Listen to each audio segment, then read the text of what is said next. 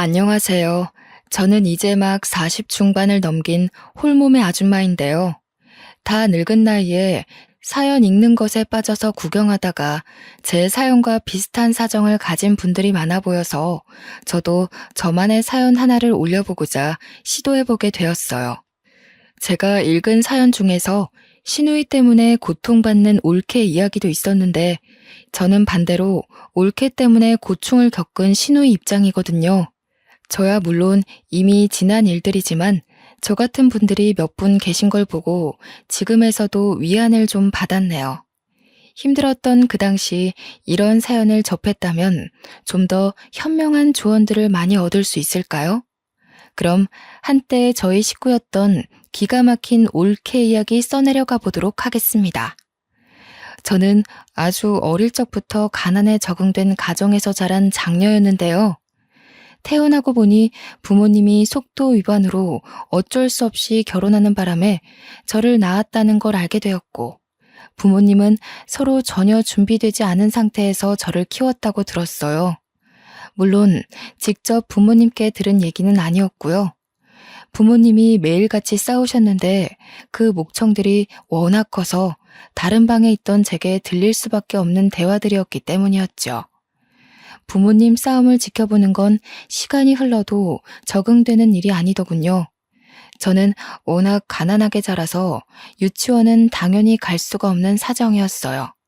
그래도 제가 어린 마음에 속으로 쾌재를 불렀던 건 교육 의무 때문에 어쩔 수 없이 초등학교는 다닐 수 있었다는 겁니다. 나중에 학교 들어가서 알았는데 초등학교는 가기만 하면 되는 곳은 딱히 아니더라고요.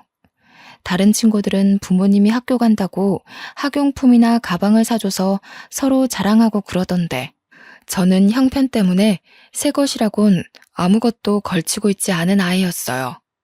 엄마가 대충 이웃집 사람들과 친분을 만들어 얻어온 물건이나 옷을 입고 다녔죠. 옷도 어디서 주워왔는지 모를 옷처럼 꾀지지한 것들만 입고 다녔거든요. 그래도 제가 성격 하나는 딱히 모난 데가 없어서 친구랑 잘 어울려 놀았다는 게 참 장점이었어요. 친구들이 가끔 너는 아빠가 뭐 사줬어? 엄마가 생일 파티 해줬어? 이런 거 물어보기도 했는데 그때마다 저는 솔직하게 말해주었죠. 우리 집은 가난해서 가족끼리 선물 줄 수 있는 돈이 없다고. 정말 다행인 게 제가 좋은 친구들만 둬서 그런지 오히려 친구들은 그걸 듣고 학교에서 어려운 친구는 도와줘야 되는 거라고 저한테 간식거리들을 많이 사주곤 했어요. 문구점 가도 불량식품 하나 더 사서 꼭 저를 챙겨주더군요. 용돈이라고 없던 저는 친구들에게 얻어먹은 그 많은 보답을 친구들 마음을 즐겁게 해주는 걸로 갚았습니다.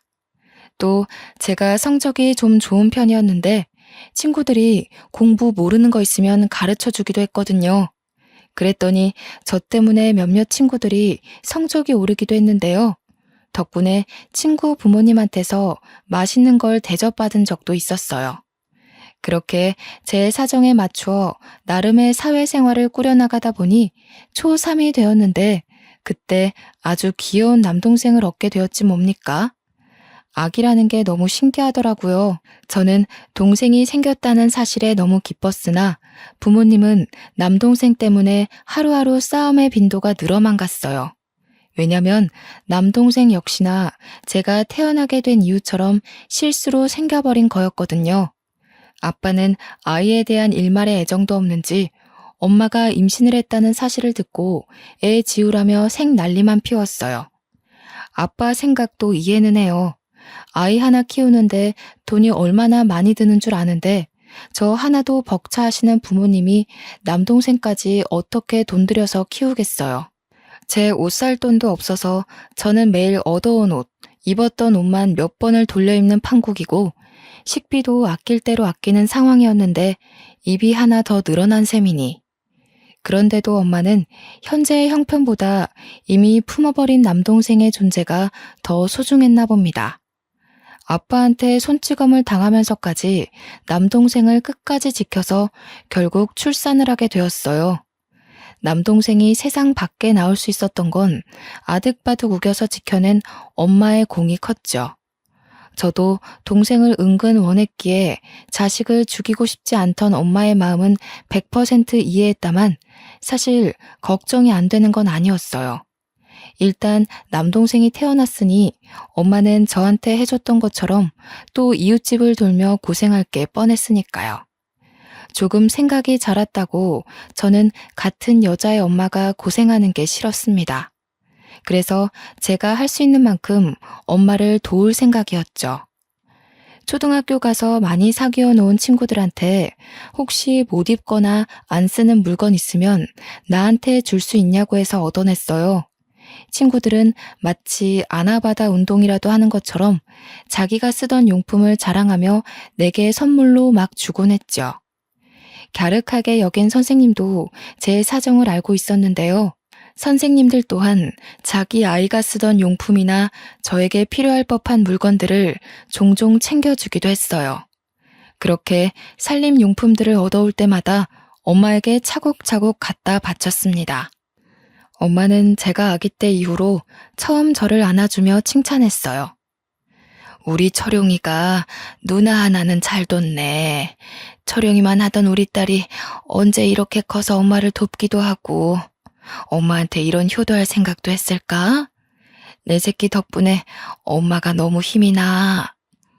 그날은 매일 남동생을 돌보며 아빠한테서 아기를 지켜내기 바쁜 엄마가 저를 돌아봐 준 게 처음이기도 한 때였죠. 저도 엄마를 돕고자 하는 마음이 컸던 건 맞아요. 그러나 그것뿐만은 아니었고 남동생이 저와 10살 터울이기에 저 또한 아직 초등학생일 뿐이지만 제 눈엔 남동생은 완전 아기였거든요. 엄마와 함께 남동생을 보살펴야 하는 게 그땐 당연하다고 생각했어요.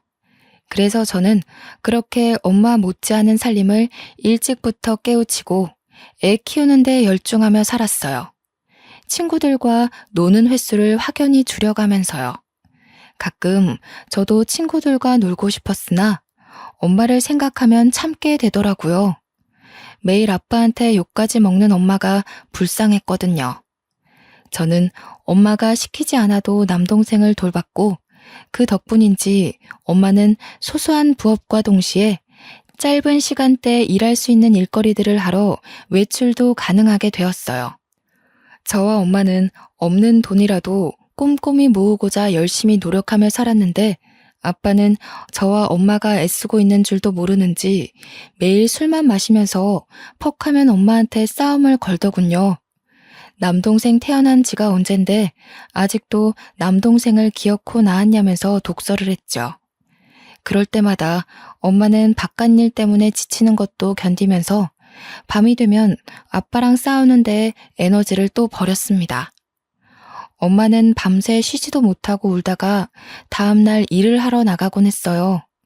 아빠는 나이가 들수록 막장이 되어갔고 이젠 제가 점점 자라나니까 저한테까지 시비를 걸기 시작하더군요. 너 눈가를 왜 그렇게 떠? 뭘 그렇게 꼬라봐?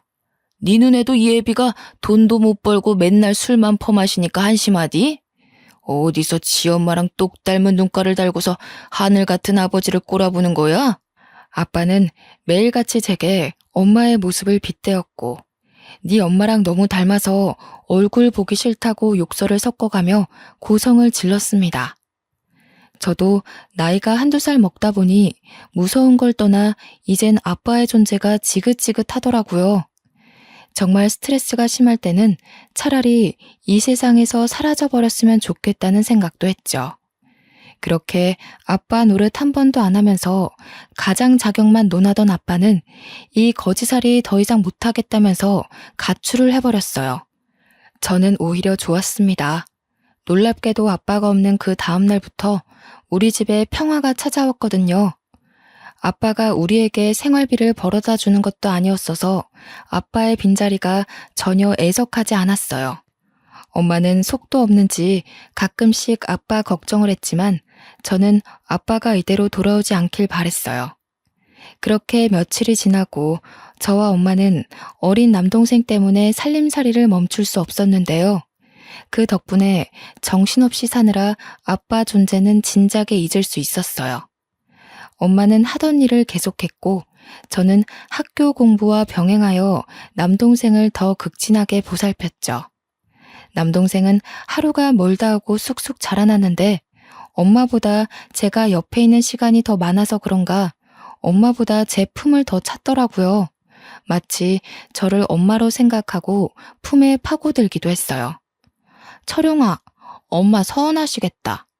엄마가 철용이 맛있는 거 사주려고 일하다가 온 거야. 엄마 한 번 안아주자.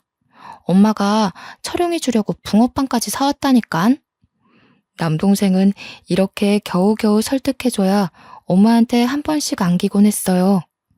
남동생이 저를 좋아해주는 건 고맙지만 가끔은 뼈 빠지게 고생하는 엄마한테 제가 다 미안하더라고요. 엄마는 그저 남매 사이가 좋아서 안심이라고 했지만요.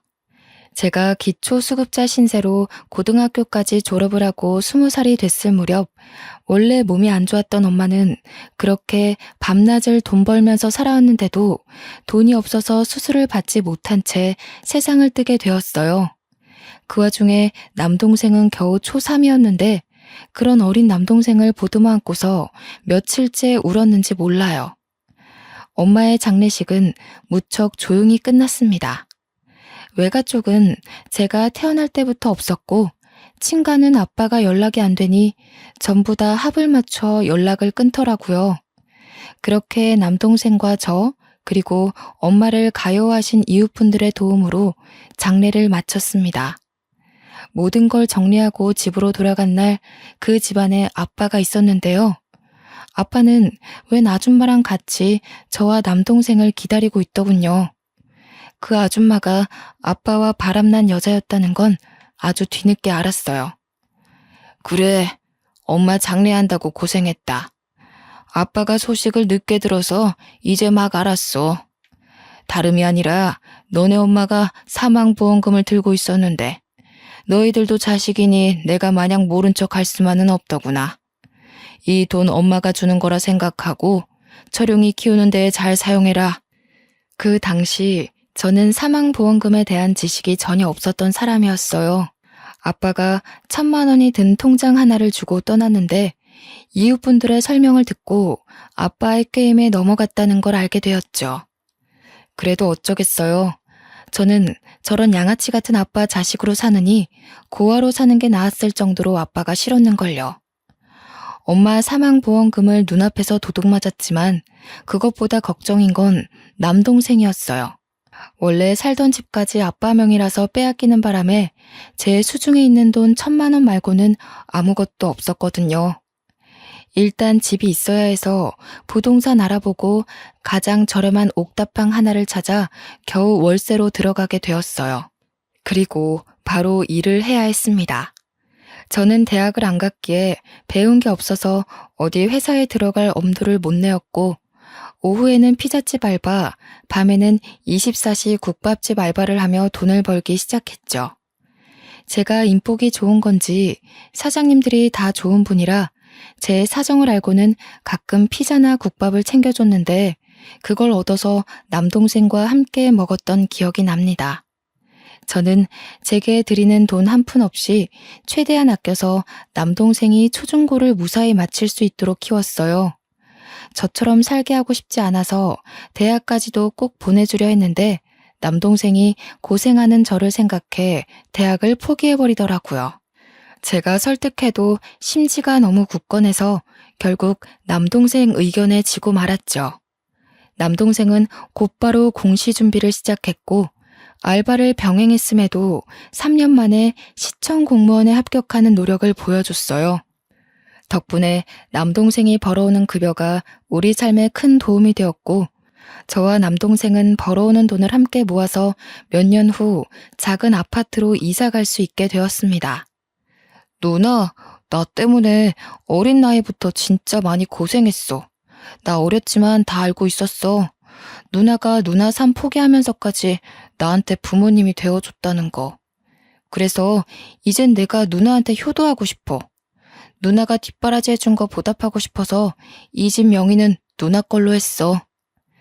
이 아파트 같이 돈 모아 샀다지만 솔직히 남동생 지분이 80%였습니다. 남동생이 산 거나 마찬가지인 거죠.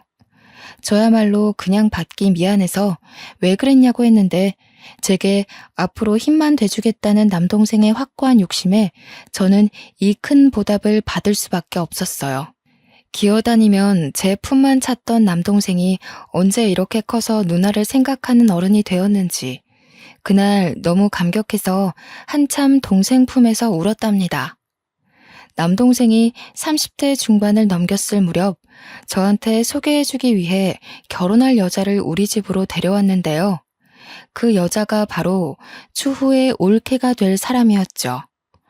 올케 아빠가 제 남동생과 같이 시청에서 근무 중인 상사인데 제 남동생을 워낙 좋게 봐서 사위 삼고 싶다고 소개해줬다더라고요.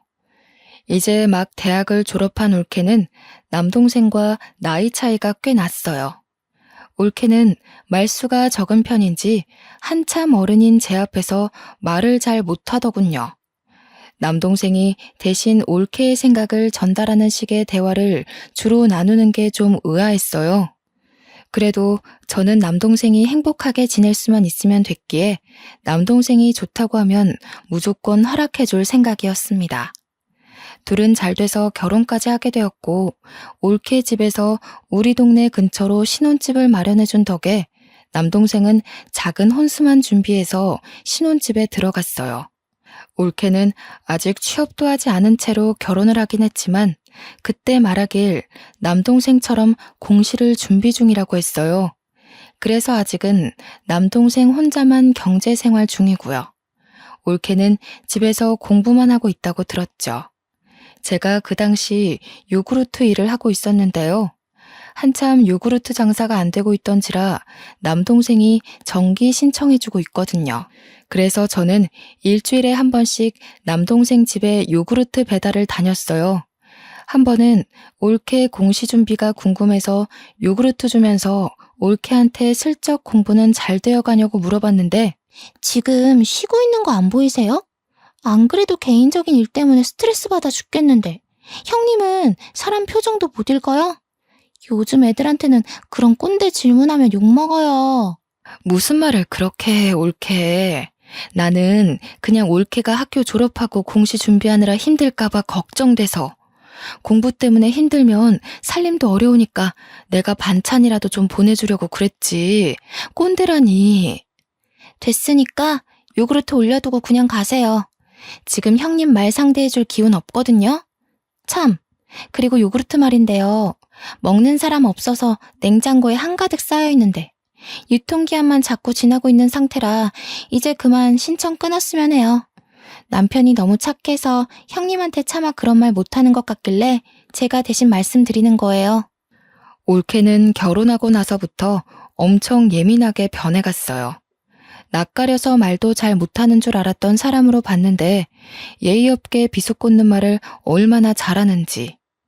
결혼 전에 제가 봤던 아이가 맞나 싶더라고요. 그렇다고 별 수 있나요? 아무래도 공부 때문에 스트레스가 많은가 보구나 하고 대충 사과한 뒤 집을 나왔죠. 결혼 전후가 너무 천지 차이라 저는 아직 올케의 변한 모습이 익숙하지 않았거든요. 올케가 못된 것이 아니라 공시 준비 때문에 스트레스가 극심한 거다라고 생각하는 게 더 편했습니다. 한날은 제가 요구르트 배달하다가 아파트 주차장에서 교통사고를 당했는데 큰 사고는 아니었고 종아리뼈에 금이 가서 다리 한쪽을 깁스하게 된 정도였어요. 목발 신세가 되었어도 일상에는 그리 문제되진 않았지만 단지 경제 활동을 중단해야 해서 생활비가 걱정이었죠. 그런데 미안하고 고맙게도 남동생이 당연하게 생활비를 보태주겠다고 하는 겁니다. 남동생이 제가 일 다시 시작할 수 있을 때까지만 도와주겠다고 해서 계속 거절할 수도 없고 염치 없지만 알겠다고 했어요. 저도 도움이 필요한 상황이었기에 남동생 제안을 완강하게 거절하지 못하겠더라고요. 그 옆에는 올케가 함께 있었는데요. 올케는 아픈 저를 두고도 못마땅한 표정을 짓고 앉아선 말도 안 하고 자리만 축내다가 돌아갔어요. 언제부턴가 느낀 거지만 올케가 남동생이 제게 돈을 쓰는 걸 싫어하는 티를 내기 시작하는 거 있죠. 요구르트 신청도 어찌 보면 남동생이 저한테 돈 드리는 거나 마찬가지잖아요. 그 얼마 안 되는 걸 굳이 끄는 것도 설마 돈 때문인가 싶은 생각이 점점 들게 만들더군요. 교묘하게 남동생 몰래 제 눈에만 그 예의 없는 모습을 드러내는 것 같은데 제 착각이라고 하기엔 갈수록 올케 말들이 대놓고 독해지는 걸 느꼈어요. 저번에 보내주신 장아찌 반찬 있잖아요.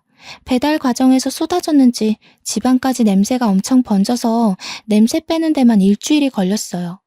먹지도 못하고 다 버렸잖아요. 남편도 냄새 난다고 치우라더라고요. 버렸다고?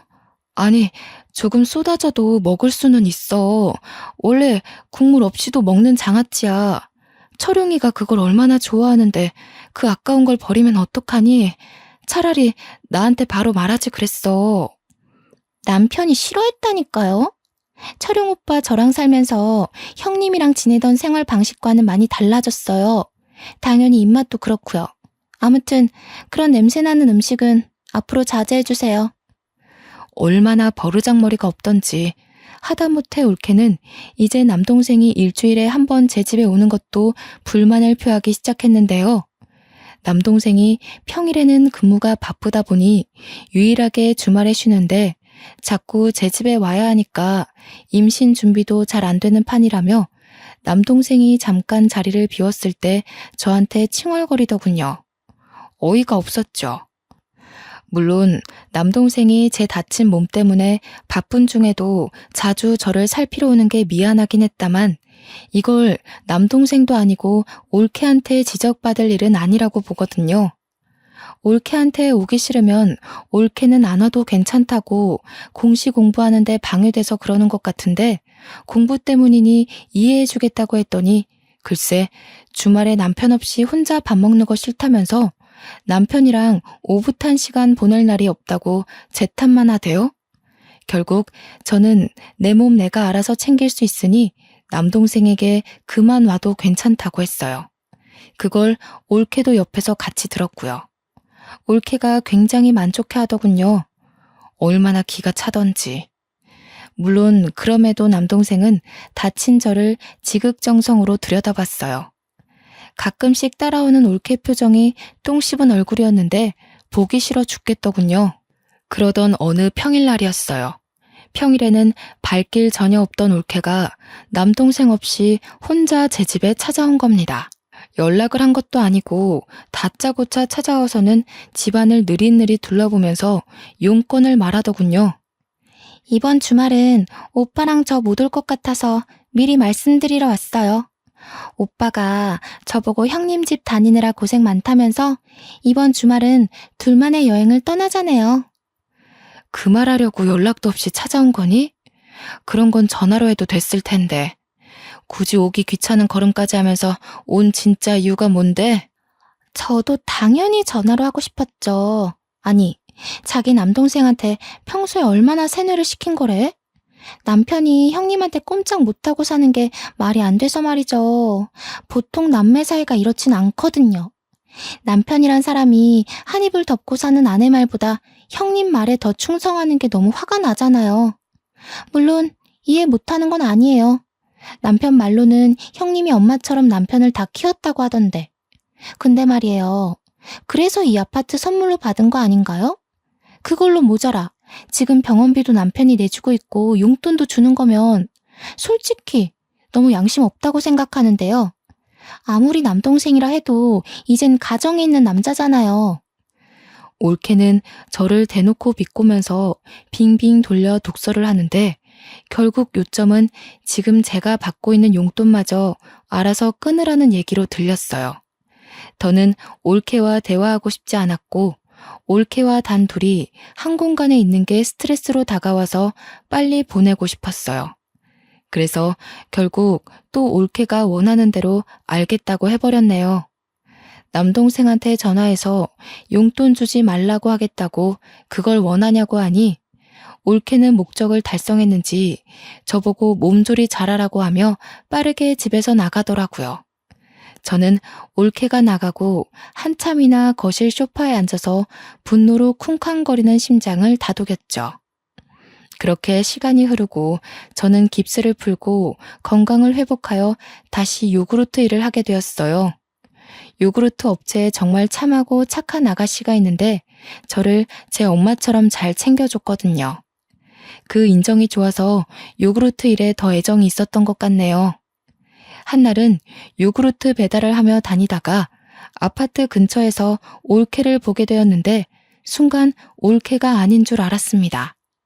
올케가 웬 모르는 남자와 함께 차 앞에서 담배를 피고 있는 거 아니겠습니까?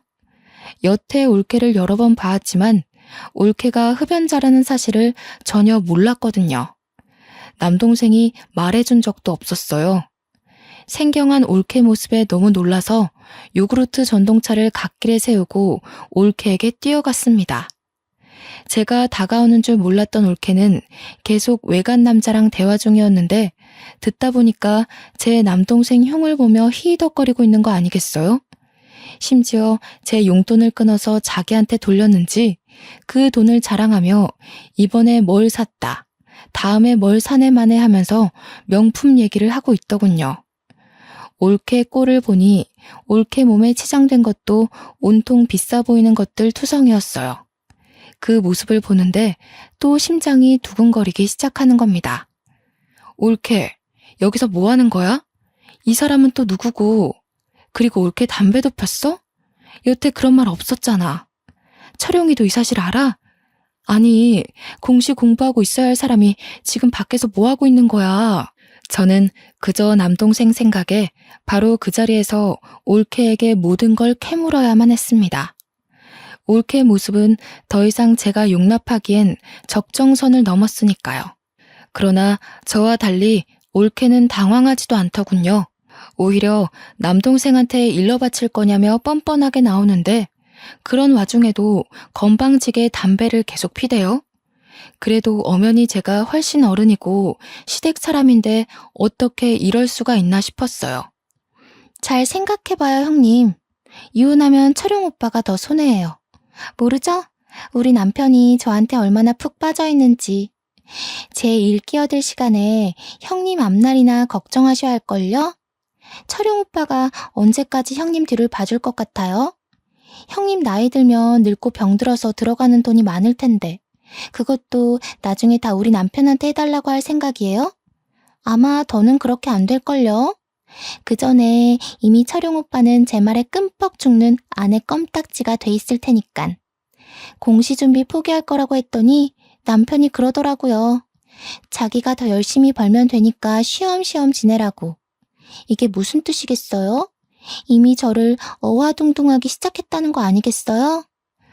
그러면서 저보고 거짓골로 남동생한테 버림받고 싶은 거 아니면 요구르트에서 번 돈 쓰지 말고 차곡차곡 저금이나 하라면서 제 속을 뒤집어 놓는 겁니다. 그러고는 옆에서 같이 낄낄대던 외간 남자랑 차를 타고 떠나버렸죠. 기가 막혔지만 너무 손발이 떨리고 눈물이 나서 올케를 붙잡지 못했습니다. 어느 날 올케가 간만에 친구들을 만나 술을 많이 마셔서 못 일어난다고 남동생 혼자 집에 방문한 적이 있었는데요. 그때 남동생이 말하길 유명 연예인이 현재 우리 아파트를 매매하면서 이 아파트 집값이 전체적으로 폭등했다는 거 아니겠습니까? 뉴스에 방송될 정도였다는데 저는 뉴스를 잘 안 보기도 했고 부동산 쪽은 무지하여 무슨 말인지 단번에 알아듣지 못했어요. 신이 나서 얘기하는 남동생 말에도 실감 못하고 있었는데 남동생이 X로 얘기해주는 걸 듣고 그때서야 깜짝 놀랐지 뭡니까. 이 옛날 아파트가 올케 집값보다 4배로 뛰었다고 하는데 입이 안 다물어지더군요. 올케 집값이 대단할 정도로 비싼 집은 아니었다만 그래도 4배면 로또 1등보다 더한 값어치였거든요. 누나가 너무 착하게 고생만 하고 살아와서 하늘이 상을 주시나 보다. 누나 공기 좋은 주택 살고 싶어 했잖아. 이 아파트 팔고 좋은 주택 구해서 쉬엄쉬엄 할 수 있는 일을 찾아보자. 혹시 새로 배우고 싶은 건 없어? 참, 누나 학교 다닐 때 공부 잘했지. 아이고, 새로 배우기는 이제 머리가 굳어서 그런 건 안 돼. 그냥 TV 보니까 밭 가꿔서 농작물 팔고 하는 거 재밌어 보이더라고. 그런 것도 할 수 있을까? 당연하지. 하고도 남지. 이거 다 누나 돈이니까 누나 하고 싶은 데에다 써. 나는 계속 벌면 되는데 이제 누나는 나이도 있고 더 이상 몸 힘든 일은 그만하는 게 좋아. 아파트 지분은 동생이 훨씬 많은데 이 큰 돈을 저보고 다 가지라는 말에 이건 진짜 아니다 싶었습니다. 저는 극구 사양하며 똑같이 반씩 나누자고 했어요. 그랬더니 남동생이 너무 완강하게 주장을 굳히면서 혹시라도 자기가 망하면 누나가 걷어주면 되지 않겠냐고 장난스럽게 대꾸하기만 하는 겁니다.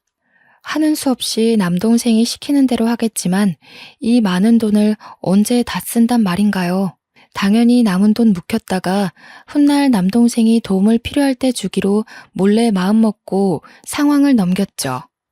그날 저와 남동생은 갑자기 맞은 돈벼락에 신이 나서 같이 저녁까지 먹었는데요. 일부러 올케는 부르지 않았어요.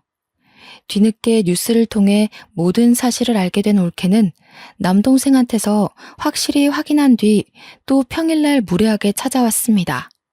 아무래도 제게 떨어진 돈벼락에 질투가 났나 보죠. 남동생 몰래 찾아온 올케는 더 이상 제게 눈꼽만큼의 예의도 차릴 생각이 없는지 다짜고짜 목적부터 쏘아붙이기 시작하더군요. 요구르트 끊게 해, 용돈 뺏어가. 하다못해 결혼하기 전 제가 받은 이 아파트까지 뺏어가려는 심산이 보이자 저는 도무지 올케의 행실을 봐줄 수가 없었어요. 올케가 무슨 자격으로 이 아파트를 내놓으라 말아야. 이 아파트 철용이가 올케랑 결혼하기 전에 나한테 선물로 준 집이야. 달라고 해도 철용이가 달라고 해야지 왜 올케가 와서 이러는 건데? 제가 철용 오빠 와이프니까요. 제 남편 돈이 들어간 아파트이고 지분만 따져도 당연히 제 남편 거 아닌가요? 전 우리 남편의 1순위 가족이에요. 결혼하는 순간 형님이 아닌 제가 남편한테 우선순위라고요. 그러니까 제 돈 들어간 거나 마찬가지고 저한테도 권리 있죠. 철용이 돈이 80% 들어가긴 했다만 나도 돈 보태서 같이 마련한 집이야. 올케가 이래라 저래라 할 자격은 없다고 보는데? 그 20% 떼서 돌려줄게요. 그리고 솔직히 코딱지만큼 보탠 돈 때문에 내 집이라고 우기는 건 양아치 심보 아닌가요? 남동생을 아들처럼 키웠다면서요. 지금 아들 돈 욕심내는 걸로밖에 안 보이는데요. 뭐라고? 올케, 내가 여태 참았는데 말하는 꼬락서니가 왜 이렇게 못됐어? 철용이는 네가 이런 아이인 거 아니? 모르니까 저한테 간도 빼줄 것처럼 헌신하고 살겠죠. 철용 오빠는 제가 그저 귀엽고 예뻐 죽겠나 봐요. 해달라는 거 다 해주고 어리광 부려도 다 받아주고. 철용 오빠 솔직히 착한 거 말고는 매력 없어서 여자한테 인기 없을 타입인데 제가 결혼해준 거예요. 지내다 보니까 머슴처럼 헌신하는 모습이 재밌긴 하더라고요. 뭐야? 너 지금 뭐라고 했니? 그게 남편한테 할 소리야? 어디서 못 배운 게 굴러들어와선 내 동생 앞길을 막으려 해. 집에서 그렇게 가르치디? 결혼한 여자가 지 처신 똑바로 할 줄도 모르고 담배나 피고 바람 피면서 그렇게 남편 얼굴 똥칠하게 만들라고 배웠어? 올케야말로 지금 내 동생 돈 욕심 내는 거 아니야? 돈도 안 버는 게 집에서 거머리처럼 늘어져가지고 그저 내 동생이 돈 주면 엉뚱한 짓만 하고 어디서 이런 여우 같은 기집애가 내 동생 인생에 끼어들어선. 저는요, 저를 모욕하는 건 참아 넘겨도 제 남동생을 욕되게 하는 건 절대 참을 수가 없어요. 저와 엄마가 얼마나 애지중지하며 키운 귀한 아들내미인데요. 한참 어린 것이 배운 것도 없고 어른 공경도 못할 거면 적어도 지 남편 등쳐먹는 짓은 하지 말아야 되잖아요. 저는 들끓는 분노를 더는 못 참고 올케한테 퍼부어 버렸습니다. 우리는 처음으로 대판 다투게 된 거죠. 제가 말로 조금 덤볐더니 글쎄 이 어린 것이 더 건방지게 나오는 거 아닙니까? 올케가 인정사정 없이 제 뺨을 치는데 올케의 덩치가 저보다 커서 저는 그 힘에 밀려 넘어지고 말았어요. 웃기네. 꼴의 어른이라고 대우해주려 했더니 다 늙은 아줌마가 주제도 모르고. 내 남편 앞길 막고 있는 사람이 누군데? 남동생 돈 빨아먹는 기생충이 어따 대고 여우라는 거야 지금? 그때 뭐 하는 짓이냐고 소리치며 들어온 사람이 있었는데 다름 아닌 남동생이었습니다. 주택 알아본다고 며칠 저와 연락을 자주 했는데 마침 부동산에서 오늘 시간 된다는 말에 반차를 쓰고 기쁜 마음으로 저를 찾아온 거였더라고요. 그런데 신발장에서 올케 신발을 받고 집안에서 큰 소리가 나길래 들어왔더니 방에서 나는 소리라는 걸 알고 내내 듣고 있었다고 하는 겁니다. 올케와 제가 나눈 대화들을 처음부터 들은 것 같더군요. 남동생이 나타나자 올케는 눈에 띄게 당황하며 어쩔 줄 몰라 서 있었어요. 놀란 건 저도 마찬가지였고 순간 이 꼴을 보인 걸 깜빡 잊을 정도로 남동생을 멍하니 보기만 했죠. 올케를 제게서 떨어뜨린 남동생이 주저앉아 있는 저를 부축해주는데 그 사이 올케가 급하게 남동생의 팔을 붙잡으며 절절 매기 시작하는 겁니다. 오빠, 오해야. 형님이 먼저 나보고 오빠 인생 망치는 여우라고 욕하잖아. 나 부모님한테도 욕 한 번 안 듣고 살아온 사람인 거 알지? 순간 놀라서 나도 모르게. 남동생은 올케의 접촉이 기분 나빴는지 팔을 휘둘러 올케를 밀쳐내더군요. 올케는 남자 힘에 못 이겨 방금 전에 저처럼 바닥을 나뒹굴었습니다. 오해? 동네 떠나가도록 우리 누나 욕하면서 소리쳐놓고 오해? 내가 너 양아치 짓 하는 거 진짜 몰랐을 것 같아? 우리 누나한테 실망스러운 모습 보이기 싫어서 어쩔 수 없이 이 결혼 유지하고 있었던 거야. 네가 진작에 형편없는 여자라는 거 알았는데도 누나 생각해서 참고 살았다고. 알고 있었다니? 언제부터? 오빠 어제까지만 해도 나한테 잘해주고 나밖에 없는 것처럼 했잖아. 설마 형님이 꼰질렀어요? 제 남편한테 꼰질러서 저랑 제 남편 사이 망치려고 했던 거예요? 항상 이런 식이었구나. 나 몰래 누나 찾아와서 괴롭히고 뜯어가고 네가 어려서 철없는 행동하는 건 감안하고 살 수 있었는데 우리 누나한테 손찌검 하는 건 절대 못 넘어가. 말했지. 누나 상처 주기 싫어서 이 결혼 참고 살았다고. 네가 누나한테 손댄 이상 더는 너 떠안고 갈 멍청한 짓 안 해. 그만 이혼하자. 저와 올케는 남동생이 아무것도 모르고 있다고 생각했는데 그저 참고 있었다는 것에 또 한 번 놀랐어요. 그러고 나서 남동생은 올케 아빠한테 전화해 당장 이혼 사실을 알리겠다며 휴대폰을 들었습니다. 그랬더니 올케가 깜짝 놀라며 바닥에 넙죽 엎드리더라고요. 잠깐만, 아빠라니?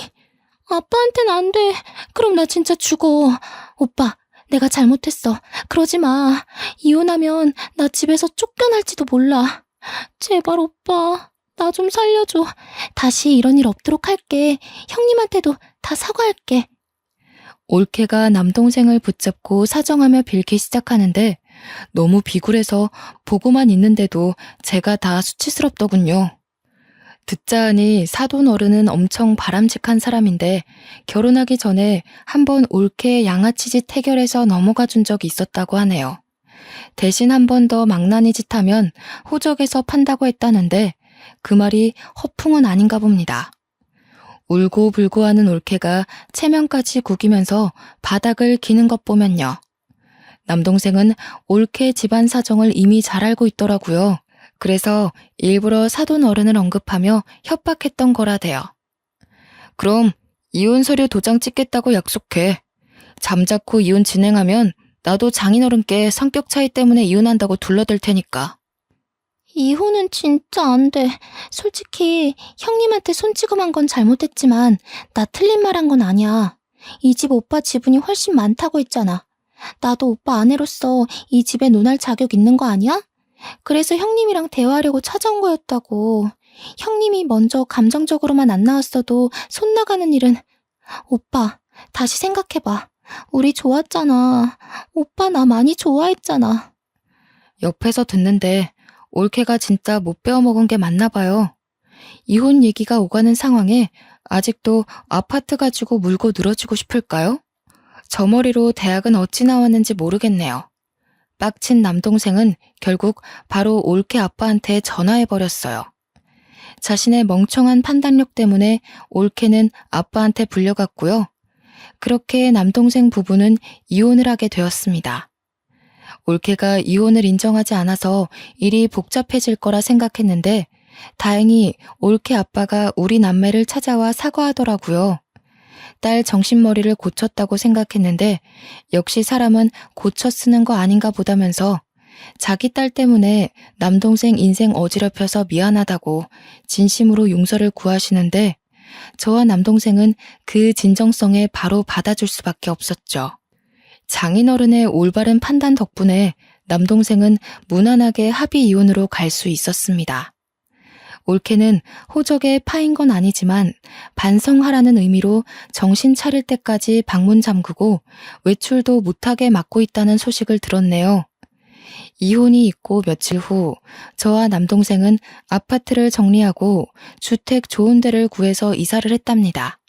그 주택이 남동생 직장과는 차로 50분이나 걸리는 거리였지만 남동생이 저와 함께 있고 싶다고 해서 같이 지내게 되었어요. 남동생은 결혼에 진절머리가 난 상태라 일에만 열중하며 외롭게 살고 있는데요. 그런데 그 모습이 저는 좀 마음에 걸리더라고요. 문득 남동생 결혼이 저 때문에 실패한 것 같아서 미안하기도 했고요. 그래서 한날은 조심스럽게 맞선을 주선했어요.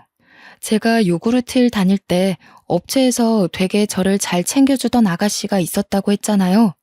그 아가씨가 가끔씩 제게 안부도 물어주는데 너무 고운 아이라서 남동생과 잘 어울릴 것 같았거든요. 남동생에게 한번 만나보라고 했더니 남동생이 당분간 여자 만나기 싫다고 거절했지만 저의 간곡한 부탁 때문에 하는 수 없이 아가씨와 만남을 가져주더군요. 다행히도 아가씨는 남동생의 사정을 너그럽게 이해해 주었대요. 그 이후 둘은 생각 외로 진전이 좋은 것 같더라고요. 얼마 뒤 진지한 만남을 시작했다면서 남동생이 말해주는데 제 안목만 믿어야겠다면서 그 아가씨가 너무 마음에 든다고 하는 겁니다. 남동생이 다시 웃음을 찾은 것 같아서 제가 얼마나 안심이 됐는지 몰라요. 이런저런 우여곡절 끝에 저는 겨우 마음의 휴식이 찾아왔고 남동생이 주위 괜찮은 땅을 알아봐줘서 지금은 그토록 해보고 싶던 텃밭을 가꾸고 있어요. 키우고 싶은 씨앗을 사서 아이들이 자라기만을 정성껏 보살펴주는 중인데 꽤 적성에 맞더라고요. 아직 실력이 없어서 팔지는 못하지만 공부 좀 해가지고 건강하게 키워서 나중엔 판매도 해볼까 고려 중이랍니다.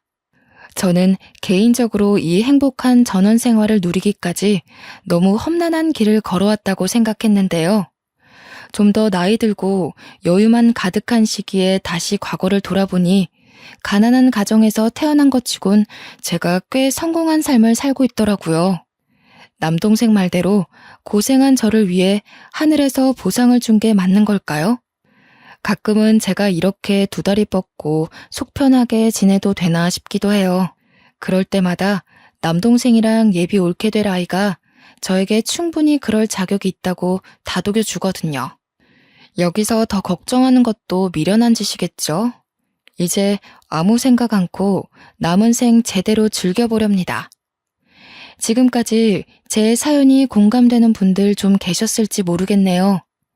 살면서 이런 불운한 일 좀 안 겪고 쉬이 흘러가면 좋을 텐데 그럴 수 있는 것도 운명이고 다 운인가 봅니다.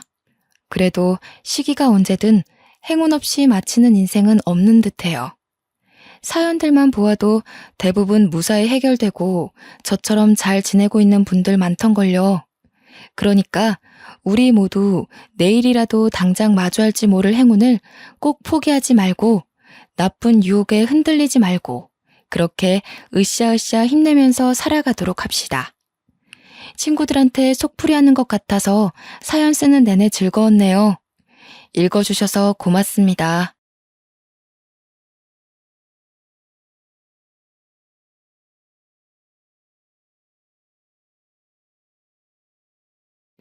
안녕하세요.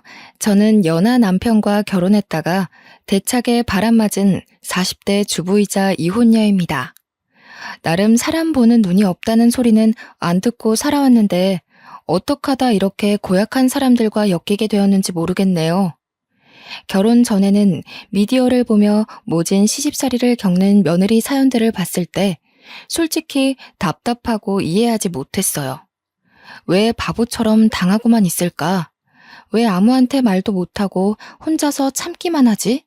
했는데 세상에나 그게 제가 될 줄 어찌 알았겠습니까? 저는 학창 시절부터 연애를 많이 해왔는데 많았던 연애 경험만큼이나 살면서 중요한 건 우정보다 사랑하는 사람이라고 생각하며 컸어요. 우정이란 건 시간이 지나면 다 변하게 되어 있고 보통 친구 앞에선 본 모습을 잘 안 드러내잖아요. 연인 옆에선 나 자체를 사랑해줬으면 하는 마음에 저를 온전히 보여주는데 친구는 그저 순간을 즐기기 위해 만남을 잇는 거니까 가면 쓴 사람들이 훨씬 많다고 봅니다. 저는 평소 유독 친구 관계에만큼은 깊이 신경 쓰지 않는 사람이었어요. 그런데 말입니다. 제가 가장 힘든 시기에 수호천사처럼 등장해 제 인생을 송두리째 바꿔준 사람이 있는데요. 그게 바로 친구라는 존재였습니다.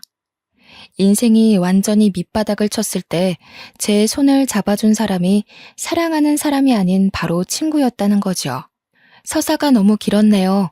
지금부터 저의 내리막길과 동시에 믿을 수 없는 오르막길의 삶이 오기까지 얼마나 기적 같은 사연들이 있었는지 좀 길게 자랑해 보려 합니다. 우선 그 친구의 첫인상은 얕은 친구 관계만 유지하던 제게 좀 많이 인상 깊었어요. 그 당시가 고등학교 막바지였던 때였는데 그때 우리 반에 전학 온 친구가 있었거든요. 그 친구는 유독 소극적이고 인사말도 잘 못했어요. 어딘가 모르게 주눅이 들어있는 모습이었죠. 다들 전학생이란 것 자체만으로도 관심을 가질 때 저는 그저 시큰둥한 편이었어요. 별로 친구에 대해 진심인 편이 아니었거든요. 그런데 그 친구가 첫인상에 크게 와닿을 수밖에 없었던 건 이름 때문이었어요. 이름이 정둘이라고 하더라고요. 제 이름은 정하나이거든요. 성도 똑같은데 이름의 느낌도 비슷하여 좀 눈이 갔었죠. 이건 저만 그렇게 생각한 게 아닌지 다른 친구들도 둘이와 저를 두고 하나 둘이 이렇게 붙여 부르기도 했습니다. 그 당시 둘이와 저는 말을 섞어본 사이가 아니었어요. 단지 친구들이 그렇게 불러서 나중에는 선생님까지 세트라며 하나 둘이 부르면서 우리를 묶어서 발표를 시키는 일 정도만 있을 뿐이었죠. 다들 그렇게 엮더라도 둘이가 워낙 조용한 친구라서 저는 딱히 엮일 일이 없을 거라 생각하고 말았어요. 그런데 평소 남의 일에 관심 없던 제가 무슨 오지랖이었는지 둘이 인생에 잠깐 끼어들게 된 사건이 발생했는데요.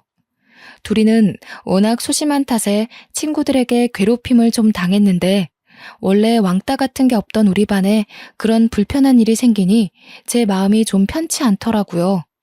다른 친구들이 저희 둘을 하도 세트로 엮었어서 그런가 둘이가 괴롭힘을 당하는데 모른 척하고만 있는 게 왠지 둘이한테 몹쓴 짓을 하고 있는 것처럼 느껴졌죠. 그래서 할 수 없이 끼어들었어요. 저는 평소 남학생, 여학생 할 것 없이 잘 지내왔던 사람이라 그런 제가 친구들의 괴롭힘을 막아주니 애들도 적당히만 하고 그만 괴롭히더군요. 그 뒤부터 저는 둘이랑 인사를 나누는 사이가 되었어요. 그렇다고 매일 둘만 붙어 다니며 정말 세트인 것 마냥 지냈던 건 아니고요. 그냥 한 번은 우리 둘 다 급식을 안 먹은 적이 있는데 그때 둘이가 말을 먼저 건 적이 있었어요. 저는 굳이 마다할 이유가 없어서 같이 운동장을 걸으며 얘기를 나눴던 기억이 납니다. 처음이었어요. 둘이와 단둘이 어떤 대화를 해본 것이요.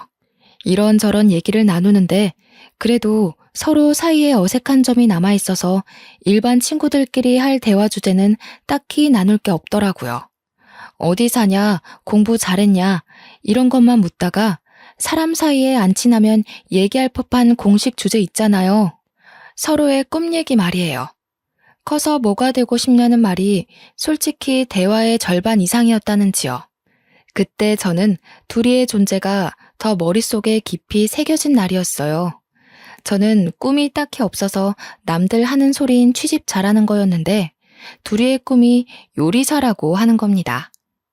듣고 별 생각 없이 요리를 좋아하냐 물어봤어요. 둘이 말로는 나이 차이 많이 나는 동생이 하나 있는데 자기가 장녀이기도 했고 부모님이 둘 다 맞벌이라서 어린 동생을 챙길 사람이 자기밖에 없다고 하더라고요. 부모님도 당연하게 둘이한테 동생을 맡긴대요. 동생이 학교에서 어디 다쳐오기라도 하면 그것마저 부모님이 둘이 탓으로 돌릴 정도로 둘이한테 동생을 전적으로 떠넘긴 지경이라더군요. 그렇다고 둘이는 부모님을 미워한 게 아니었어요. 오히려 동생이 좋아할 만한 요리들을 공부해서 음식을 만들어주는 게 즐거웠다고 했습니다. 특히나 동생이 자기 요리를 먹고 맛있다고 천진난만하게 웃을 때 그렇게 기분이 좋다고 하더라고요.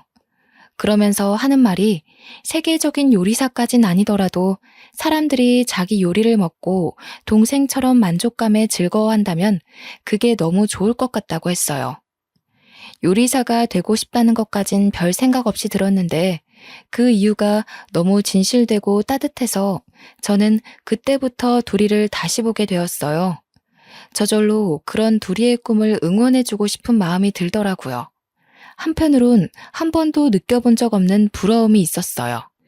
딱히 꿈이 없는 것에 관해서 한 번도 창피하다고 생각한 적이 없는데 둘이 옆에서 처음으로 그런 기분이 들었습니다. 단지 대충 살다가 취직이나 해야지 싶던 제 삶이 통째로 보잘것없어 보였어요. 사실 둘이와의 추억은 이게 끝입니다.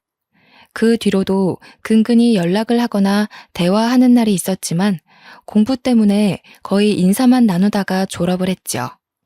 제가 서울에 있는 대학교에 입학하면서 본가로부터 멀리 떨어지게 되니 둘이와 자연스레 연락도 끊어진 셈이었어요.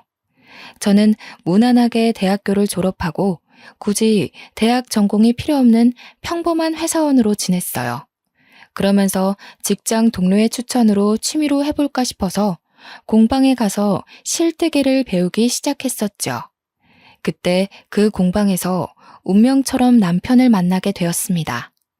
그 공방이 뜨개질 공방이라서 남자 손님의 발길은 현저히 적은 곳인데 그렇다 보니 남편이 더 눈에 띄더군요. 남편은 제가 다녀가는 시간에 자주 왔던 손님이었는데요. 부딪히는 순간이 나날이 많아지니까 저희는 자연스레 인사를 나누게 되었어요. 나중엔 남편이 먼저 번호를 물어봐서 뜨개질 얘기로 연락을 하며 지내다가 사귀는 사이까지 되어버렸죠. 오랜만에 하는 연애라서 그런지 이 알콩달콩이 너무 즐겁더라고요. 한참 남편과 꽃같은 시간만 보내던 무렵이었어요. 한날 정말 뜻밖의 사람한테서 연락이 왔습니다. 다름 아닌 고등학생 때 제게 꿈을 다시 생각해보도록 깨닫게 해주었던 둘이었죠. 솔직히 반가웠어요. 다른 친구들보다 둘이는 저에게 참 착하고 순하며 배우고 싶은 포부를 지니고 살던 멋진 친구였거든요. 너무 오랜만에 연락했지. 좀 더 일찍 연락해서 얼굴 보고 인사도 나눴으면 좋았을 텐데. 하나야, 실은 다름이 아니라 오랜만에 전화해서 이런 말 하는 거 너무 미안한데 혹시 돈 좀 빌려줄 수 있어? 우리 부모님이 얼마 전에 이혼하셨거든. 어쩌다 보니 동생을 나 혼자 돌보고 있는 상황인데 갑자기 동생이 아파서 급하게 수술을 하게 됐어. 나도 이런저런 알바를 해서 돈을 모으고 있긴 한데 이 돈으로는 동생 수술비 하기엔 모자라서 진짜 이런 부탁해서 미안해. 너무 급해서 내가 친구가 없어서 생각나는 사람이 너밖에 없었어. 반가운 마음에 좋아서 받은 전화 너머로 둘이의 울음소리가 들리더군요. 순간 학창시절 동생 생각하며 당찬 꿈을 얘기하던 둘이의 모습이 떠올랐어요. 요리를 좋아했던 것도 동생 덕분이었고 동생을 참 많이 좋아했던 모습이 생생합니다. 저는 둘이가 고등학교 졸업하고 당연히 요리 전공 대학을 갔을 거라 생각했는데 부모님이 이혼하는 바람에 대학도 못 갔다고 하니 얼마나 속상했을까요? 무엇보다 꿈이 뚜렷한 친구였거든요. 그런데 제가 대학 생활을 즐길 당시에 둘이는 배달 일을 하면서 동생의 학비를 벌고 있었다더군요. 지금은 하나밖에 없는 가족한테 수술이 필요한 병이 생겼다 보니까 둘이도 상당히 조급했나 봅니다. 둘이도 아마 오랜만에 연락하는 친구한테 이런 부탁하기 어려웠을 거예요. 둘이는 초조한 마음에 횡설수설 얘기를 했다며 사과를 했지만 저는 충분히 둘이의 사정을 이해할 수 있었어요. 둘이는 그 당시 제가 생각했던 것보다 훨씬 더 많이 괴로운 상황이란 걸 알겠더라고요. 한때 잠시나마 동경했던 친구가 어렵다는 사정을 들었는데 당연히 도와주고 싶었어요. 또 제게 연락하기까지 얼마나 큰 용기가 필요했고 절박했는지 이해하기 때문에 망설이지 않고 바로 둘이에게 걱정 말고 괜찮으니까 계좌번호 보내달라고 했죠. 저는 취직하고 차곡차곡 모아둔 적금까지 깨서 둘이에게 300만 원을 보내줬어요. 둘이는 고맙다는 말을 연신 반복하며 또 울더라고요. 반드시 갚겠다고 하는데 저는 일부러 부담 느끼지 말라고 장난 섞인 말투로 나중에 엄청난 부자가 되면 그때 갚으라고 했어요. 사실 제게도 300만 원이 쉬운 돈은 아닙니다. 그렇지만 그 돈은 못 받는다고 생각을 하고 준 거라서 전혀 불안하거나 아깝지 않았어요. 돈은 또 모으면 되는 거고 친구 사이에 작은 도움이라도 괜찮다면 고된 둘이를 꼭 도와주고 싶었거든요. 저는 공방에서 만난 남자와 2년의 연애 끝에 30살이 되자마자 결혼식을 올렸습니다. 집은 시부모님이 아파트 한 채 주기로 한 걸로 수월하게 진행이 되었죠.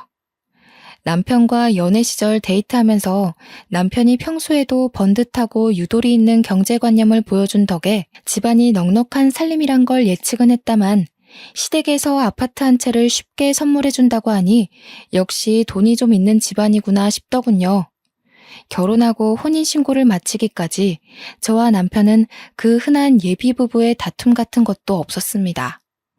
주위에서 어쩜 그렇게 안 싸우고 지낼 수 있냐며 천생연분이라고 말해주었죠.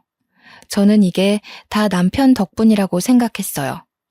남편이 저의 유치한 어리광을 다 이해하며 늘 배려해 주었거든요. 그래서 저는 제 속이 뒤집어지는 시집살이 따위 겪지 않을 줄 알았습니다.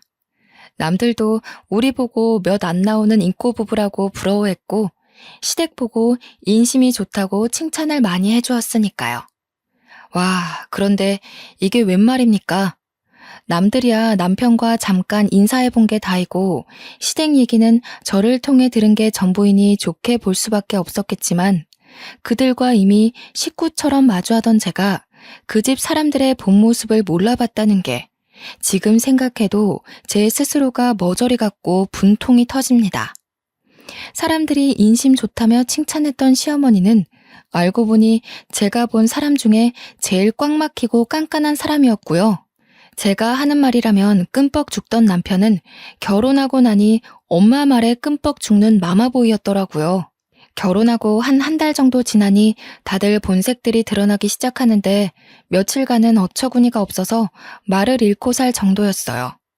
남편은 다 큰 사람이 징그럽게 시어머니 옆에 달라붙어 엄마 엄마 하며 철딱서니 없이 이거 해달라 저거 해달라 아주 유난을 부리더군요. 어처구니 없는 일은 이게 다가 아니었죠.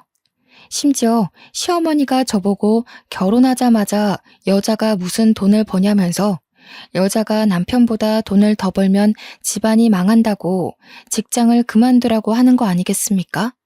결혼 전에는 별말 없더니 느닷없이 갑자기 이게 무슨 말인가 싶었어요. 시어머니는 당연히 나이가 있으니 그런 뒤처진 생각을 할 수 있다고 보는데 옆에서 남편이란 사람은 신이 나서 그 의견에 동조를 하고 있는 겁니다. 무슨 소리 하는 거야, 여보. 우리 아직 아이도 없고 충분히 맞벌이 가능한 사정인데 뭐하러 한 사람만 돈을 벌어. 벌 수 있는 상황일 때 부지런히 일해서 모아둬야지. 아니에요, 어머님. 요즘은 한 사람만 벌어서 돈 모으기 힘든 시대잖아요. 그만두는 건 안 될 것 같아요. 저 아직 30대 초반입니다. 이 젊은 나이에 경력 단절이 웬 말입니까? 절대 그만둘 수 없었죠. 또 곧 분가를 하게 될 텐데 그럼 시어머니와 자주 볼 사이도 아니고 그때 돼서 어차피 다시 일을 구해야 하는 거면 제가 왜 시어머니 의견대로 직장을 그만둬야 하나요? 저는 최대한 시어머니 기분 상하지 않게 하면서 제 입장을 잘못 이해하지 않도록 똑바로 말을 해드렸습니다. 그런데 이걸 엎친 데 덮친 격으로 표현해야 될까요?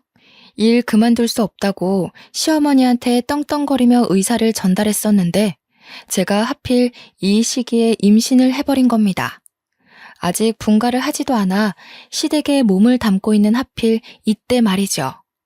제가 다니는 회사가 그리 좋은 곳이 아니긴 했다만 그래도 요즘 같은 세상에 육아휴직 복지는 있을 줄 알았는데 원체 근무지에 관심이 없기도 했고 그저 지원서 붙은 참에 회사를 다니게 된 거라 그런 복지가 없다는 것도 이제야 알았습니다. 회사에 임신 사실을 알렸더니 육아휴직 못 준다며 냉철하게 거절하더군요. 육아휴직으로 생긴 공백 기간 동안 계약직 뽑아서 쓰다가 내보내고 다시 저를 받아준다면 그동안에 생긴 새 업무를 인계해주는 게 번거롭다는 이유로요. 그럴 바엔 아예 새로 사람 뽑아서 쓰는 게 회사 입장에선 덜 손해라는 겁니다. 쓸데없는 인력 낭비라나 뭐라나. 그래서 저는 어떤 다른 대처도 없이 그대로 잘리게 되었습니다. 참 서럽더군요. 그래도 5년이나 제가 몸바쳐 회사를 위해 일했는데 어떻게 한치의 의논도 없이 상부에서 그리 빠른 판단을 내비칠 수 있는 건지. 어이없었지만 구질구질하게 매달린다고 달라질 일이 아니라는 걸 알아서 더는 부탁하지 않았어요. 시댁에서는 제 꼴을 아주 꼬셔하더라고요. 젊은 애가 눈에 불을 켜고 시애미한테 일 그만 못 둔다고 딱 잘라 말하더니 벌 받은 거라면서. 시어머니가 혼잣말을 궁시렁궁시렁 하는데 기분이 너무 상하더라고요. 제 꼴이 우습게 된 건 맞기 때문에 차마 거기다 대고 할 말은 없었습니다. 어머님, 저희 이제 분가 준비할까 해요. 나중에 되면 배도 불러올 텐데 그럼 어머님께도 그렇고 집에 폐가 될 것 같아서요. 이것저것 도와드리지도 못하는데 괜히 어머님 신경 쓰이게 하고 싶지 않아요. 남편만 있다면 충분히 도움 받을 수 있으니까 분가하는 게 좋을 것 같아요. 제가 분가 얘기를 꺼내자마자 시어머니가 박수를 크게 한번 딱 치더니 갑자기 분가하기로 한 아파트가 월세 계약이 되었다면서 제가 시댁에 적응을 잘하는 것 같아서 분가 생각 없는 줄 알았다고 덜컥 계약을 진행해버렸다는 거예요. 1년 계약이라 저더러 그냥 1년만 시댁에 들어와서 살라는 겁니다.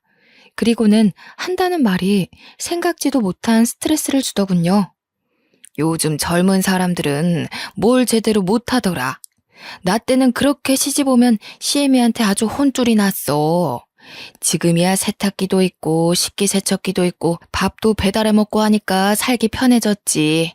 저기 반상에 가서 며느리들인 집안 얘기 들어보면 아가씨들이 전부 골빈 것처럼 아무것도 못한다고 그러더라고. 그래서야 어디 제 남편 뒷바라지나 제대로 하고 살겠어? 젊은 여자들을 겨냥하는 것처럼 말을 하시는데 저는 바보가 아니거든요. 시어머니는 지금 저더러 똑똑히 새겨 들으라고 하는 말들이었어요. 그러면서 마지막에 아주 쐐기를 박더군요. 내가 다 가르쳐 줄 테니까 1년만 배운다고 생각해. 새아기 너 우리 아들이 좋아하는 반찬거리 만들 줄 모르잖냐. 매번 사 먹는 것도 다 돈인데 배우면 좋지 뭘.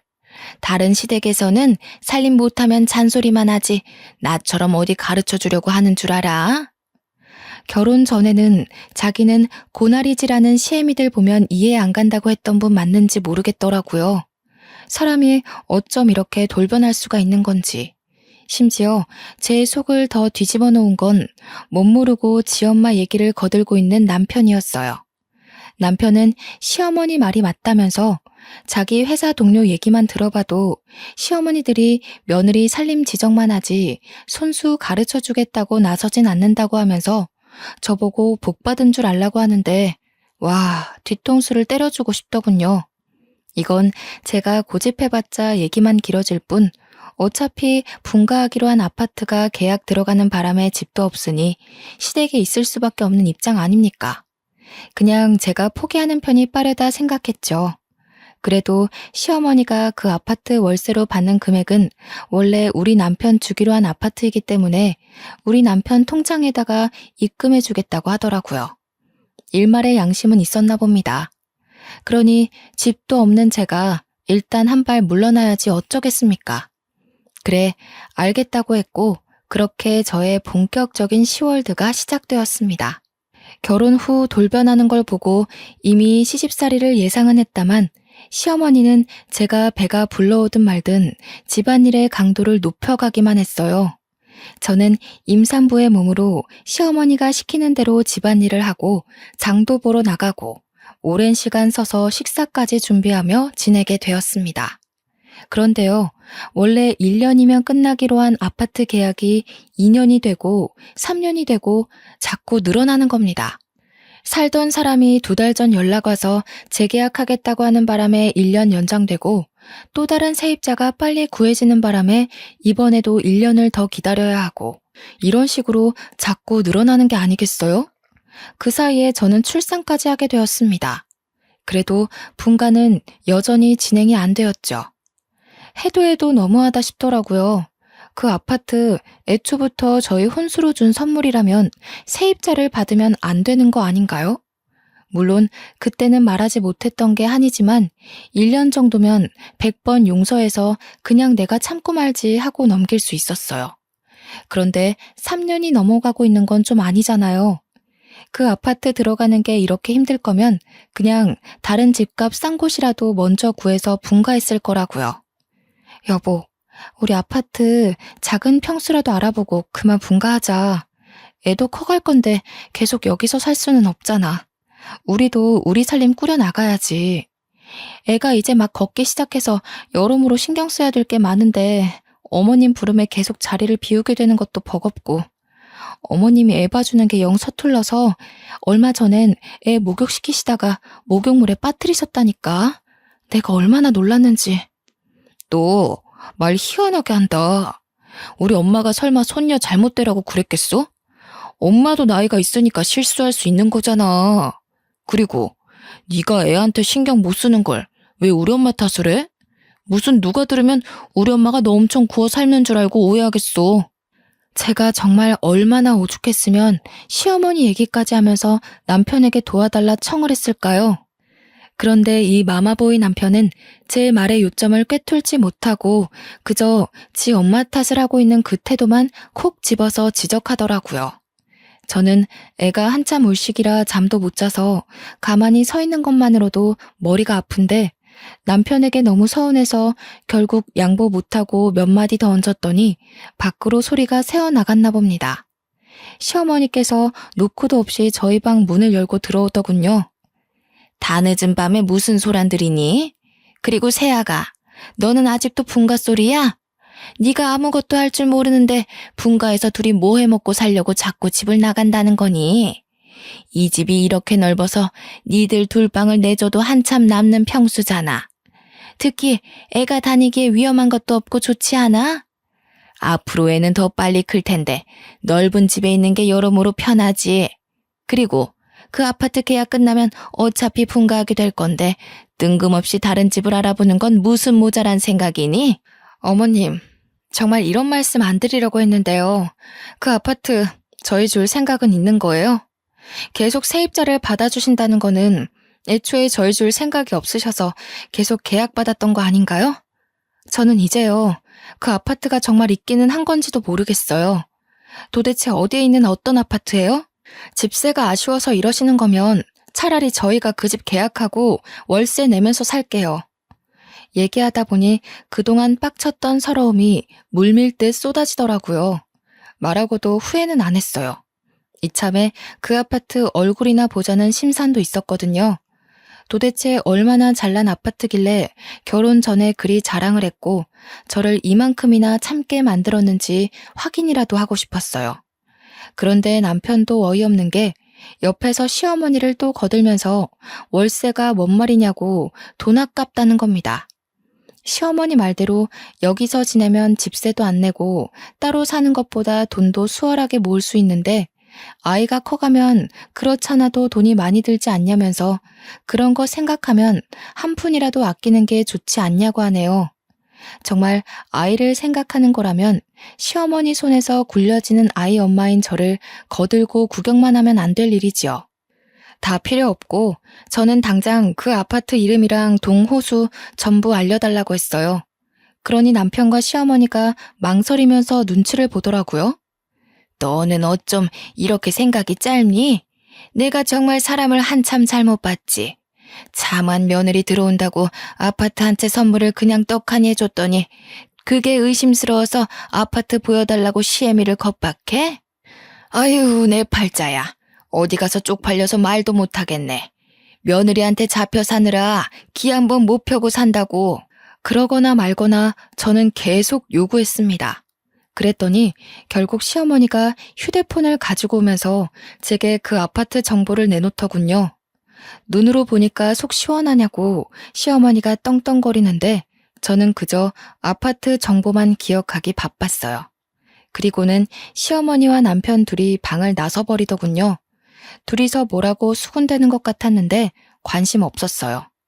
아파트 확인하겠다는 제 입장은 허튼 소리가 아니었기에 저는 사진으로만 만족하지 않고 다음날 인터넷 등기소 사이트에서 바로 등기부등본을 떼어봤죠. 아, 그런데 이게 웬 날벼락입니까? 그 아파트는 애초부터 주인이 생판 다른 사람이더라고요. 분명 시어머니가 시아버지 이름으로 산 집이라고 했었거든요. 헌데 제가 본 이름은 아버님 것도 아니고 어머님 것도 아니었어요. 어이가 없던 저는 그대로 등기부등본을 들고 시어머니한테 보여줬죠. 이게 뭔 줄 아세요, 어머님? 제가 방금 등기부등본을 떼어봤는데 이게 어머님께서 저희한테 혼수로 주신 아파트 등기부등본이에요. 이 호수 주인 이름이 아버님도 아니고 어머님도 아니던데 도대체 어떻게 된 일이에요? 아니 이게 다 뭐야? 지금 기어코 이걸 확인하려고 등기소까지 찾아갔다는 거야? 너 원래 이렇게 독한 애였니? 이렇게까지 해야겠어? 시어머니는 무척 당황했는지 자신이 뭐라고 하는지도 모르고 얼렁뚱땅 제 인품을 탓하기 시작하더라고요. 대화의 요점을 파악 못하는 게 꼭 지 아들이랑 닮아서는 문득 남편이 참 쓸데없는 것까지 물려받았단 생각을 했어요. 그렇게 시어머니랑 말씨름을 하면서 속속들이 알게 된 정보인데 알고 봤더니 아파트 한 채 있다고 한 거부터 다 거짓말이었더군요. 당연히 남편 통장에 월세 넣어준다고 한 것도 다 거짓말이었고 저는 애초에 남편과 결혼할 때 분가하는 조건으로 결혼했거든요. 그걸 따지고 들면서 알게 된 사실인데 남편은 아파트가 준비 안 되어 있다고 하면 제가 결혼 안 해줄 거라고 생각해서 시어머니랑 입을 맞추고서 저를 낚은 거였어요. 2살이 된 딸이 있는 데다가 결혼 생활을 3년이나 보낸 상태였기에 저는 더 큰 배신감이 들었어요. 빼도 박도 못하고 시댁에서 살게 될 신세였던 건데 저는 바보같이 속았는지도 모르고 분가 생각만 하면서 이제까지 버텼네요. 그 뒤부터 모든 게 다 스트레스더라고요. 남편과 대화하는 것도 시어머니 얼굴을 보는 것도 전부요. 제가 이 사기 결혼을 버티고 있을 수 있도록 힘을 준 건 오로지 2살짜리 딸내미 뿐이었습니다. 한날은 자고 일어났는데 눈앞이 핑 도는 겁니다. 그날 내내 대낮까지 어질어질하기도 했어요. 빈혈인가 싶어서 딸내미를 데리고 시간 내서 병원에 갔더니 이게 무슨 일입니까? 또 임신을 했다는 겁니다. 남편이 술 먹고 들어온 날 제가 울면서 사과하던 그날의 분위기를 못 이긴 결과물인 듯 싶었죠. 저는 제 스스로 또 구렁텅이로 기어들어간 셈이었어요. 너무 힘든 마음에 부모님이 보고 싶어서 지방에 있는 친정 부모님한테 겪고 있는 시집살이에 대해 다 말한 적이 있었는데요. 친정에서는 오히려 저를 나무라기만 하더군요. 그러게 왜 회사를 그만뒀냐면서 애까지 있는 엄마가 처녀 때처럼 징징거릴 거냐고 하는 겁니다. 정말 가장 힘든 시기인데도 불구하고 제 편은 아무도 없다는 생각이 온 머릿속을 지배했어요. 그게 너무 서러워서 매일매일 우는 날만 늘어갔죠. 친정 부모님은 원래 10년 동안 한자리에서 분식점을 하고 있었는데 최근 장사가 너무 안 돼서 분식점 접을까 하고 있던 참이었다고 하더라고요. 그래서 저한테 더 매정했던 거였어요. 괜히 돈 나가는 짓 하지 말고 그냥 시댁에 살고 있으라면서 우리도 이제 나이가 있어서 몸도 힘든데 이 와중에 또 다른 일 찾아봐야 된다고 하면서요. 그러니 지금 당장 저를 봐줄 사정이 여의치 않으니 힘들더라도 참고 시댁 식구들이랑 잘 지내보라고만 말하셨어요. 결국 저는 그렇게 감내하는 시간을 지속하다가 너무 스트레스가 심해 불면증까지 생겨버렸어요. 병원에선 더 이상 스트레스를 받으면 유산될 수도 있다고 경고까지 했는데 남편이란 작자는 아직도 시어머니 앞에서 밥 반찬으로 투정 부리기만 하는 철부지였어요. 뭐 저런 자식이 다 있는지 보고만 있어도 오라가 치밀었지만 또 이악 물고 참았습니다. 그런데 어느 날 제 인내심을 결국 터뜨리게 한 사건이 있었어요. 제가 남편의 휴대폰에서 기혼 남녀가 들어있는 단톡방 하나를 발견했거든요. 그곳은 결혼한 유부녀와 유부남들이 서로 자식 얼굴도 다 까고 주말마다 등산을 가면서 바람을 피우고 있는 단톡방이었어요. 대화들을 보니 아주 충격 그 자체였죠. 남편이 아무리 엄마의 끔뻑 죽는 마마보이라도 바람은 안 필 줄 알았는데 남편이 작성한 채팅을 보니 저를 꼬실 때처럼 미혼인 다른 여자들을 꼬시려다가 유부남이라 안 먹히니까 유부녀를 꼬시는 거더군요. 제가 임신했다고 욕구를 못 풀어서 다른 여자를 찾고 있던 것 같은데 그 속내가 너무 보이는 대화들이었어요. 여기저기 유부녀들한테 추파를 던지고 있는데 제가 몰랐던 게 황당할 만큼 바람기가 너무 심한 남자인 겁니다. 하지만 남편한테 따지지는 않고 있었어요. 어린 딸을 생각하면 우리 부부 사이를 더 이상 망칠 순 없었거든요. 그렇게 혼자서 어마어마한 스트레스를 받으며 살다가 한날은 시어머니가 걸레 쥐어주면서 거실 바닥이 좀 더럽다며 닦으라는 겁니다. 시어머니가 준 걸레로 바닥을 닦기 시작했는데 속이 너무 울렁거리더라고요. 예산 일이 아님을 직감한 순간 저는 그대로 바닥에 구토를 하고 말았어요. 아유, 장판 얼마 전에 새로 한 건데 꼴값이야 정말. 애 처음 갖는 것도 아니면서 무슨 집안일 조금 한다고 힘든 척 유세를 떨고 있어. 얼른 닦아. 집안에 냄새 배겠다. 저는 당시 시어머니의 기분 나쁜 잔소리에 대항할 정신도 없을 만큼 몸이 이상했어요. 갑자기 빠르게 정신이 혼미해지면서 그대로 거실 바닥에 쓰러졌던 기억이 납니다. 눈 떠보니 집이 아닌 병원이었고 제 눈앞에는 울고 있는 엄마만 있고 시어머니랑 남편은 코빼기도 안 보이더군요. 겨우 정신을 차리고 엄마한테 어떻게 왔냐고 하니까 엄마가 울면서 저보고 유산됐다고 말해주는 겁니다.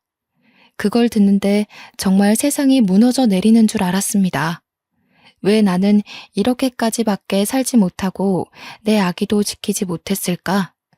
나는 왜 이 모양 이 꼴인 걸까? 자책만 엄청 하면서 병원에서 한참을 울었어요. 부모님이 앞에 있으니 저 또한 며느리가 아닌 한참 모자란 딸내미로 돌아가게 되더군요. 그래서인지 엉엉 울면서 힘들었던 지난날을 모조리 고백했습니다. 남편이 바람핀 것까지 다 밝혔죠. 엄마는 제가 이렇게 몸 망가지면서까지 인간 취급도 못 받고 있는지 몰랐다며 신경 못 써줘서 미안하다고 친정집으로 내려와서 살고 남편이랑 이혼하라고 권했습니다. 시댁으로 돌아와서 시어머니랑 남편한테 친정 내려가서 지내겠다고 말했더니 시어머니 하는 말이 아주 가관이었어요. 심지어 친정 부모님이 함께 있는데도 생각 없이 입을 함부로 놀리더군요. 뭐라고? 그럼 앞으로 식사 준비는 누가 하니? 다시 나더러 하라고? 난 삭신이 쑤셔서 절대 못한다. 허리 나가서 디스크 수술도 했는데 바닥 청소 같은 건 누가 다 하라고 갑자기 친정을 간다는 거야? 이보세요 사돈어른. 제 딸이 무슨 사돈댁 가정부인 줄 아십니까? 여태 제 딸을 그렇게 함부로 대하셨어요? 댁 아드님이 밖에서 바람 피고 온갖 유부녀들 꼬드기고 다니는 건 알고서 그렇게 떵떵거리시는 겁니까? 얼마나 지 아랫돌이 간수가 안 됐으면 여기저기 싸르지 못해 안달이랍니까? 자기 아들이 밖에서 무슨 개망나니 짓을 하고 다니는 줄도 모르면서 뻔뻔하게 낯짝 들고 있다니 창피한 줄 아세요, 사돈. 엄마는 남편이 퇴근하고 오기까지 기다렸다가 귀싸대기를 날리고 내려가고 싶은 지경이라고 했으나 한시도 이 더러운 집구석에 내 귀한 딸 두고 싶지 않다며 그대로 저를 데리고 나왔어요. 저는 그 어린 딸도 시댁에 내버려두고 짐도 챙기지 않고서 친정엄마 손잡고 혼자 부산으로 내려왔죠. 고향에 내려가 제가 다녔던 학교를 지나면서 자연스레 학창 시절이 떠올랐고 그러다 보니 2년 전에 연락 온 둘이가 생각나더라고요. 지금은 어떻게 사나 동생 수술은 잘 됐나 궁금하더군요. 그래서 오랜만에 둘이 연락처를 찾아 전화를 해봤어요. 고마워, 하나야. 동생 수술은 너무 잘 됐어.